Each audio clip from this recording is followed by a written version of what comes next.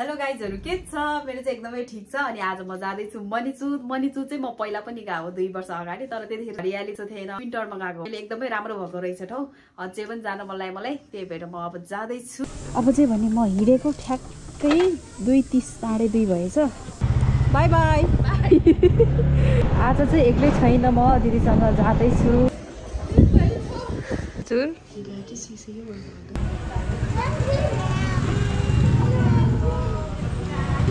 यो चोकलाई के भन्छ दिदी बाटो चाहिँ यही हो दिदी अब होइन होइन दिदी उता पिच छ माथि हो अफरोड त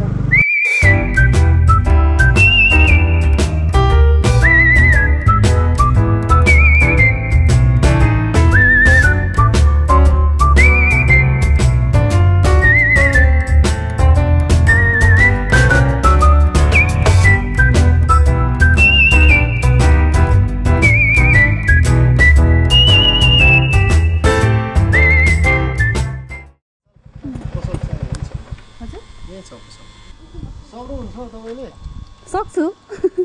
पानी त यहीँ आएर रहेछ ए ब्लगर हो तपाई हो आमा भए हो मलाई थाहा थियो हो र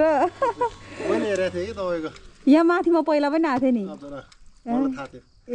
तामाङ कुन तामाङ हो दोङ हो दाइ दोङ तपाईँ म त ग्लान्दैन लस है दिदी ल ल हुन्छ तपाईँ त नि बाटो नि खतरा रहेछ नि यो पहिला यो अर्कै थियो हैन अहिले यो पानी पर्ने यस्तो भएर ए बस्नु बस्नु नानी माने जोडी सेकला बा तुम मानी चौधरी नाम है लजिगा नाम है हवा माता आसा लगना गलाम देन आज हम ना आजे बा तू धीरे मर बंदे आजे बा उ दे तोर संग आज हम ना तोर जाम जाऊ कहाँ ले दीदी उ ना रे के ना दे तबगा किना दला बाई गोम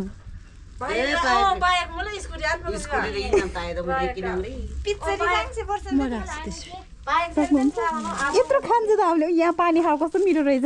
हो अलिकति पोखाइदिनु है पोखाइदिनु यो भएन उहाँहरूले खानुहुन्छ होला नि बरु पोखाउने यो पानी हो के हो यो म त डिउ भने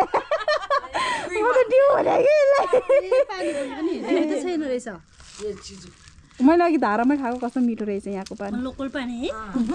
प्लस यो है माम्नी नानी निजी पुग्छ अब त पुग्नै आँट्यो बाइकमा अब त्यस्तै 10 मिनट त लाग्दैन अनि हिँड्नुपर्छ 15 मिनट जति तपाईँ कस्तो राम्रो पप्पी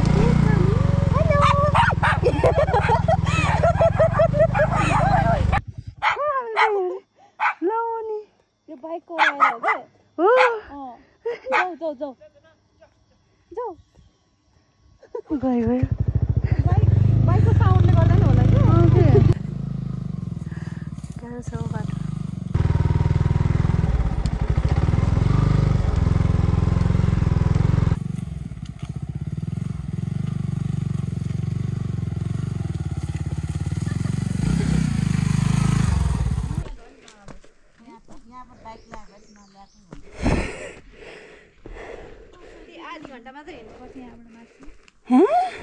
अब त छैन अब छैन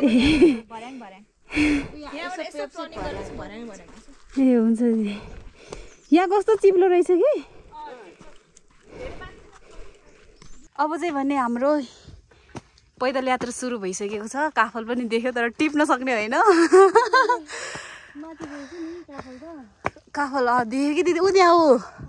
चुप्पै छ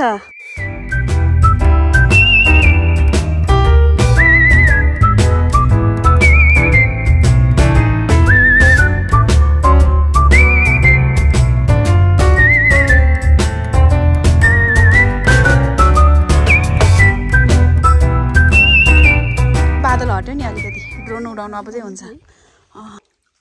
पानी बगिरहेको रहेछ है अहिले हामीले पानी नल्याए पनि हुँदो रहेछ नि बहिनी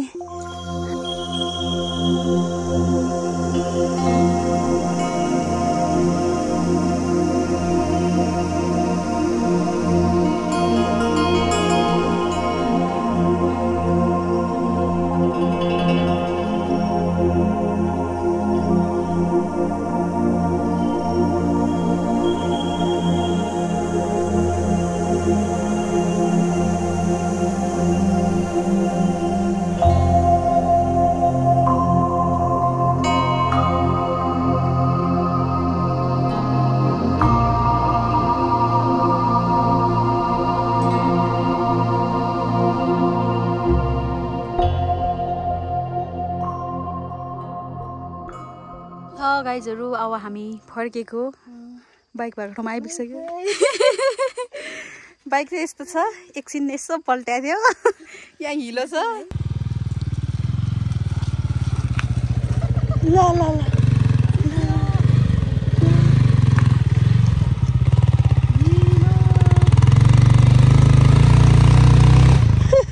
म दगाल्दिम ल ल ल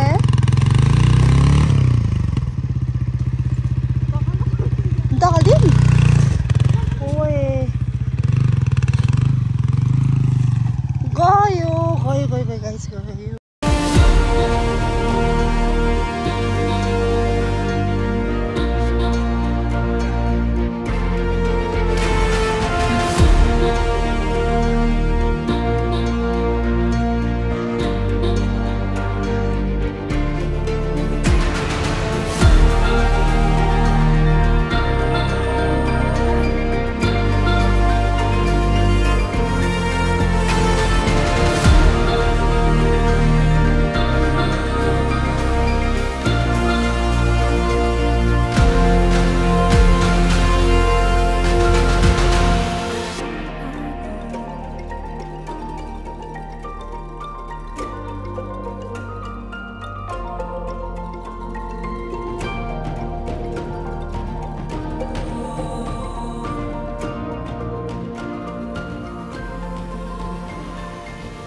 झर्नु पर्दैन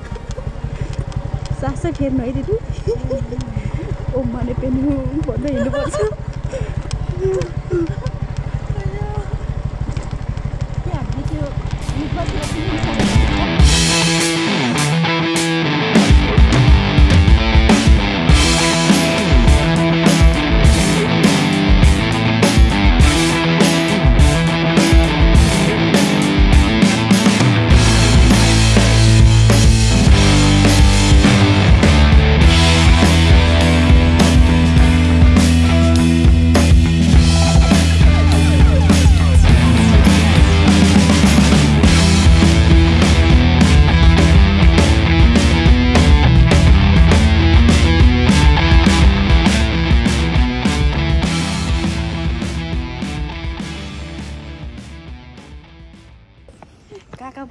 कहाँ पुगिरहेछ अहिले हामी कहाँ आइपुग्यो फेरि हामी अब जङ्गल वाक गोकर्ण फरेस्टमा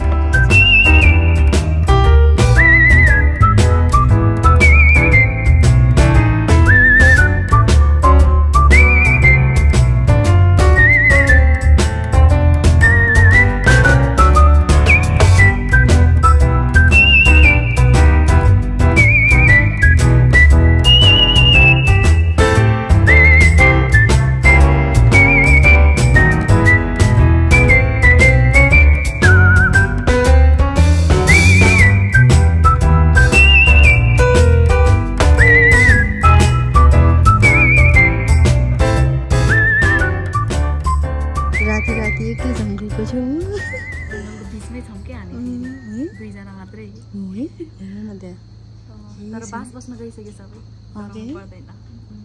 तल एउटा लाइट देखिरहेछ तल एउटा लाइट देखिरहेछ अरू त सब पार्क नै पार्क ल गाइजहरू अँधेरो भइसक्यो हामी यहीँ छौँ मृग हेर्दै बसेको गयो यहीँ रहेछ अलिअलि आजको लागि यति नै अब हामी यो सट्ट पारेर घर जान्छौँ